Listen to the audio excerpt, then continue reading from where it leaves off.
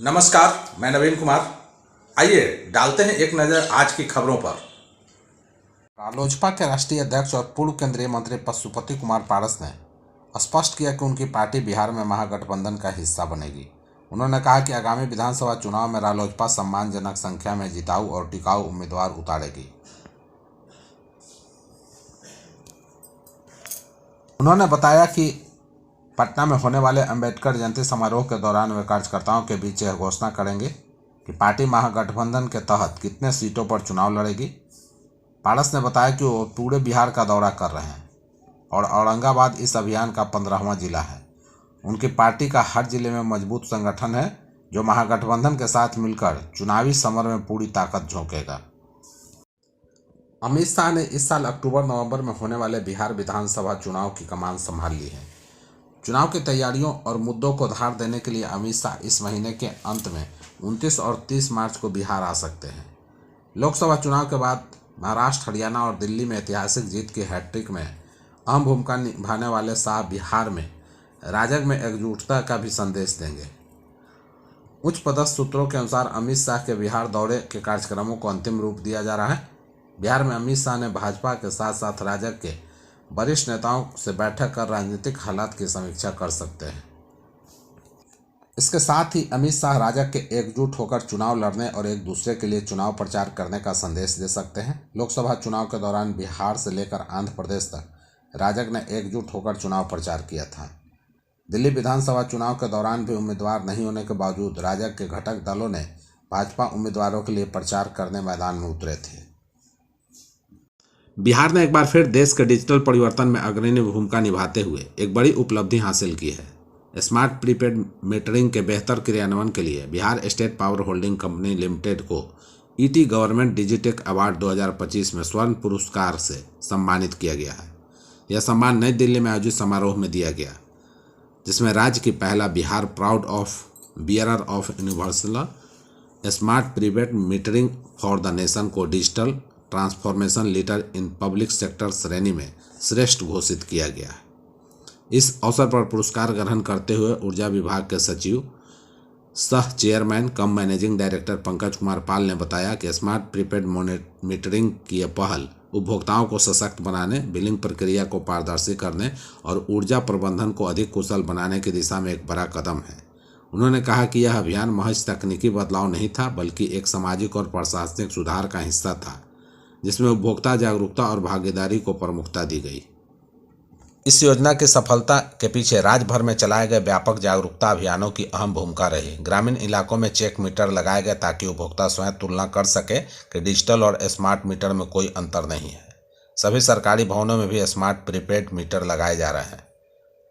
बिहार की राजनीतिक गलियारों से इस वक्त की बड़ी खबर आ रही है। कुटुंबा के कांग्रेस विधायक राजेश कुमार को बड़ी जिम्मेदारी दी गई है। उन्हें बिहार कांग्रेस का अध्यक्ष बनाया गया है। अखिलेश प्रसाद सिंह को इस पद से हटा दिया गया है।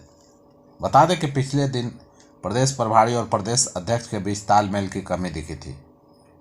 ऑल इंडिया कांग्रेस कमेटी के जनरल सेक्रेटरी सह सांसद केसी वेणुगोपाल ने इसे लेकर आदेश जारी किया है। मौसम विभाग के विशेषज्ञों ने चेताया है कि आने वाले दिनों में तापमान में तेजी से वृद्धि हो सकती है। राजधानी दिल्ली में अप्रैल के शुरुआत में तापमान 40 डिग्री सेल्सियस तक पहुंच सकता है। चिकित्सकों ने अभी से सभी लोगों को अपनी सेहत को लेकर सावधानी बरतने की सलाह दी है। अभी मार्च के महीने में 13 दिन शेष हैं और देश के कई राज्यों का तापमान बढ़ना शुरू हो गया है। दिल्ली में तापमान करीब 32 डिग्री सेल्सियस रिकॉर्ड किया गया है।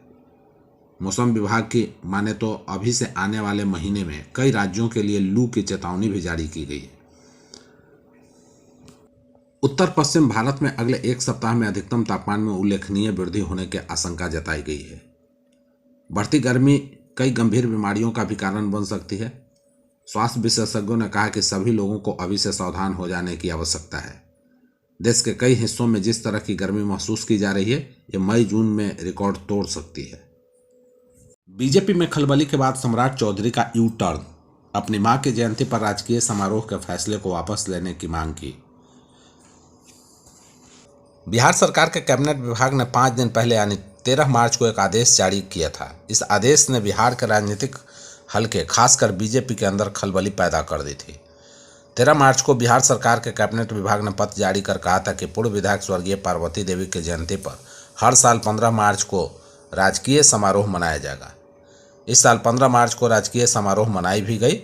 स्वर्गीय पार्वती देवी बिहार सरकार के उप मुख्यमंत्री सम्राट चौधरी की मां थी। आज सम्राट चौधरी ने मुख्यमंत्री नीतीश कुमार को पत्र लिखा है। इस पत्र में सम्राट चौधरी ने अपनी मां की जयंती के मौके पर राजकीय समारोह आयोजित करने के सरकारी फैसले को वापस लेने की मांग की है। इस सियासी ड्रामे से सियासी गलियारे में चर्चाओं का बाजार गर्म है।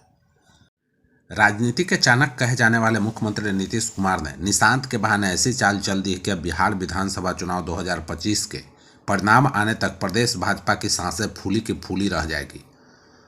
राजनीतिक गलियारों में यह माना जा रहा है कि नीतीश कुमार ने निशांत कुमार को अपनी विरासत सौंपकर भाजपा को यह बता दिया है कि टाइगर अभी स्वस्थ है और राज्य में बिछी राजनीतिक बिसात को लेकर यह पता है कि अब कौन सा मोहरा चलकर सह और मात की बाजी खेली जा सकती है।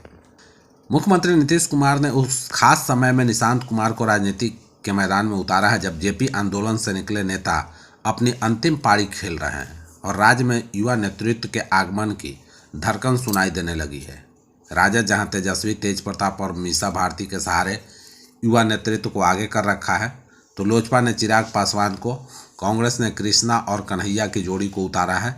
ऐसे में नीतीश कुमार ने जिसे अस्वस्थ, थका हुआ, बोझ और भी न जाने क्या क्या कहा गया था, एक स्वस्थ बाजी खेलकर राजनीतिक जगत को एक विकल्प सामने रख दिया है।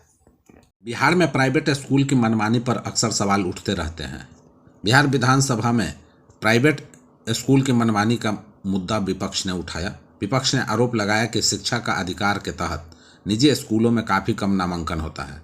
शिक्षा का अधिकार अधिनियम के तहत कमजोर वर्ग के बच्चों का निजी स्कूलों में नामांकन कम किए जाने को लेकर विपक्षी दल के सदस्यों ने विधानसभा के बेल में आकर हंगामा किया। विपक्षी सदस्य कुछ समय तक बेल में आकर हंगामा करते रहे। इस मुद्दे पर सदन में शोर शराबा होता देख खुद सीएम नीतीश कुमार को हस्तक्षेप करना पड़ा। मुख्यमंत्री नीतीश कुमार के हस्तक्षेप के बाद विपक्ष के सदस्य अपनी कुर्सी पर लौट गए। मुख्यमंत्री ने कहा कि कोई बात है तो लिख कर दीजिए, हम कार्रवाई करेंगे। मुख्यमंत्री ने शिक्षा मंत्री से कहा कि शिक्षा अधिकार अधिनियम के तहत निजी स्कूलों में कमजोर वर्ग के बच्चों के नामांकन स्थिति को देखें और आवश्यक कार्रवाई करें। मुख्यमंत्री ने यह भी कहा कि हम लोग कमजोर वर्ग के लिए दिन रात काम करते हैं।